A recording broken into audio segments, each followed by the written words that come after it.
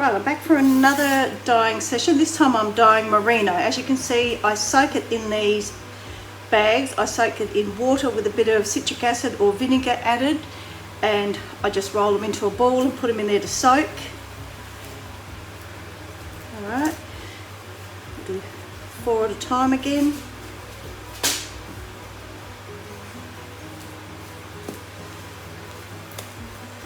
Lay them out.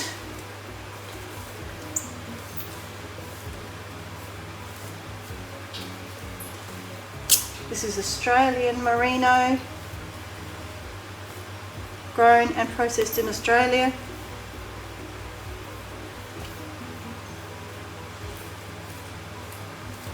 And I've just, after soaking it, I have put it through my twin tub spinner just to spin out a lot of the excess water.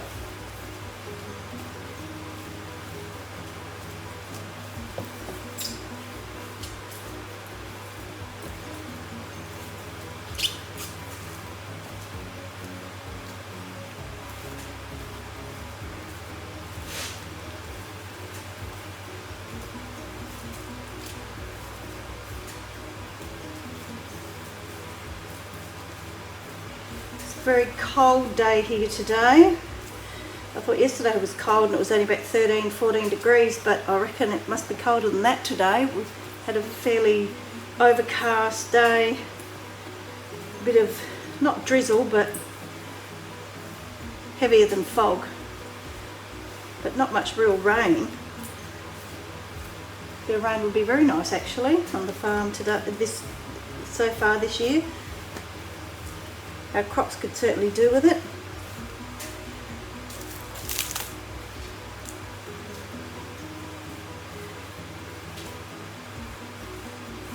Each one of these balls of fibre is 100 grams of fibre.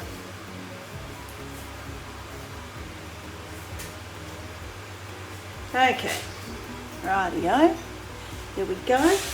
Now, what colour should we use first? These are all the acid dyes, so they do need heat setting. Right, start with yellow. And once again, I haven't got them in squeeze bottles because they are all full of other dyes. Nice bright yellow. And I've forgotten my cloth, my hands. There we are. Okay, excellent. Then we've got, chartreuse. Okay, dribble a bit of that everywhere, make a bit of a mess. Obviously that jug's a bit full, and I just pat it down a bit to make sure it's soaked in. Wipe up my messes. Might just add a bit more of that.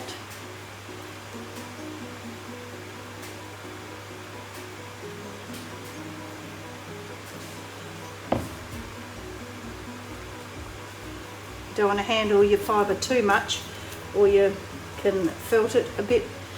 It will compact down as you're dyeing it and steam setting it. I usually steam set these for about 40 minutes in a stock pot that's got a rack on the bottom,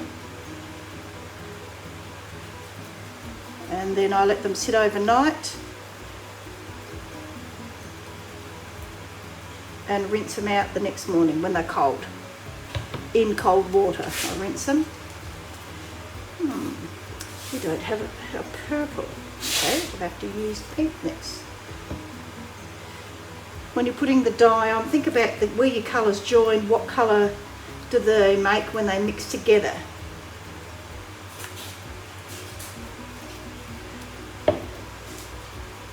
Like for these two here, where these two mix together, that'll make a violet or a purple colour, which is fine with me. My next colour is orange.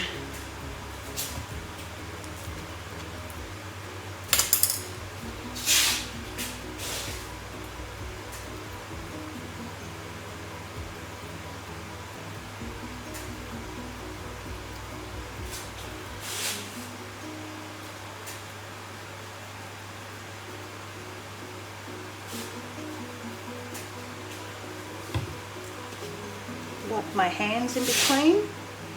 And I'll go back to yellow. It's a really pretty yellow. I like this one.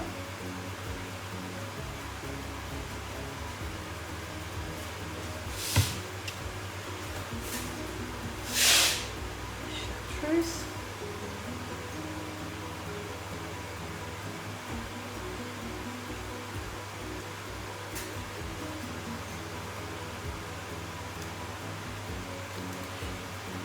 I have dissolved these or done these with warm water because it's such a very cold day. I find if I use warm water or warm to hot water, then it doesn't take quite as long to heat up when I steam them,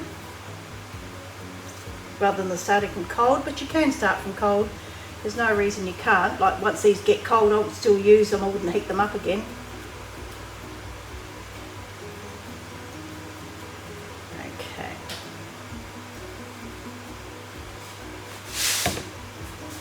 Hands again with the cloth.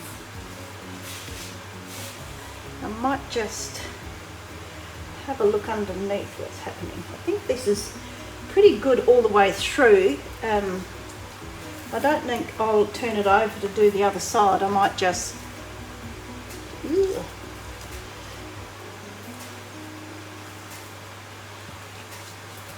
scrunch it in a bit so I can wrap it.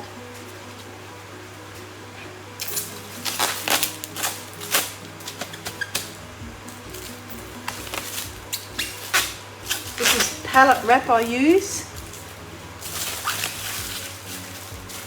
but glad wrap is fine if you're only doing one batch of fibre at a time, 100 grams of tops. I'll show you the back of it. Look, it hasn't come all the way through, but it will do. If I leave it sitting here for 5 minutes like this until I'm ready to put it into steam, that will all soak straight through, and there's no need to turn it over and add more fibre, more dye to it. Okay, I'll come back when it's ready, all steamed, ready to unpack tomorrow. Right, I'm back to show you how the acid dye is set after the steaming yesterday afternoon. Okay, as you can see, once again, the plastic, this is pallet wrap, it does sort of stick together a bit. Okay, now as you can see, there really isn't much colour left in them, and to rinse them out, I actually put them in a mesh bag. Just remember, this is 4 braids worth, or 4 lots of 100 grams. So I just put it in one of these mesh bags, and as usual, the zip's broken on this, as it is a lot of them, but I just put a rubber band on and just keep using them. Okay, I'll come back when it's rinsed and dry. This is the fibre once it's been spun out, and now I'll just leave it to, I'll hang it up so that it dries. This was with the acid dyes, and this was steamed for about 40 minutes. That's a 100 grams. You can see it's quite compact, but when I bring it back, it'll be all dried, and you'll see it fluffs up quite a lot.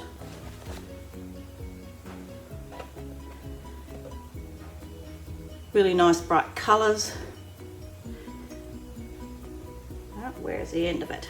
There it is. Okay, right, so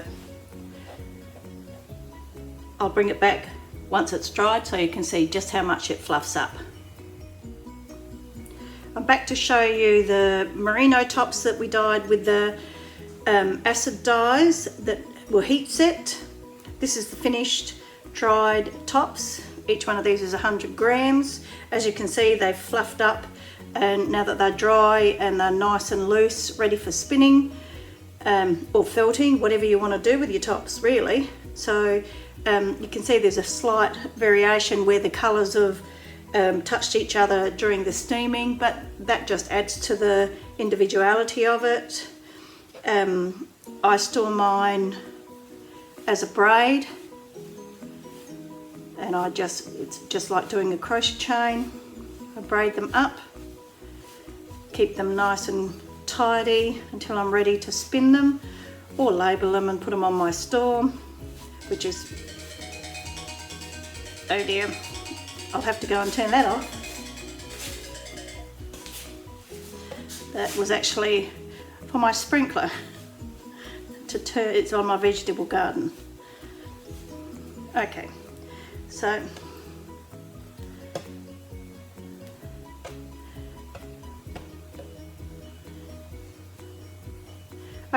so that's the finished braid,